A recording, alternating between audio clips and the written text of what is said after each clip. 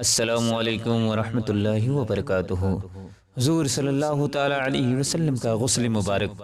ناظرین کرام، حضور صلی اللہ تعالیٰ علیہ وسلم کے غسل مبارک کے وقت صحابہ کرام رضوان اللہ تعالیٰ علیہم اجمعین سوچنے لگے اور آپس میں کہنے لگے کہ جس طرح دوسرے لوگوں کے کپڑے اتار کر ان کو غسل دیا جاتا ہے، کیا اسی طرح حضور صلی اللہ تعالیٰ علیہ وسلم کے کپڑے مبارک اتار کر حضور کو غسل دیا جائے یا حضور کو کپڑوں سمیت غسل دیا جائے؟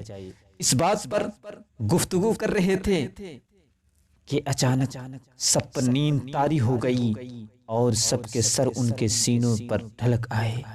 پھر سب کو ایک آواز آئی اور کہنے والا کہہ رہا تھا، تم جانتے نہیں یہ کون ہے؟ خبردار، یہ رسول اللہ ہے، ان کے کپڑے نہ اتارنا، انہیں کپڑوں سمیت ہی غسل دو۔ پھر سب کی آنکھیں کھل گئی اور حضور کو کپڑوں سمیت ہی غسل دیا گیا۔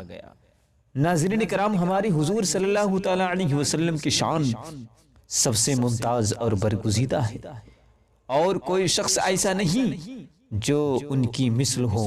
آپ کی یہ زندگی، آپ کا وصال شریف، آپ کا غسل شریف اور آپ کا قبر انور میں رونق افروز ہونا، ہر بات آپ کی ممتاز ہے اور کوئی شخص کسی بات میں آپ کی مثل نہیں۔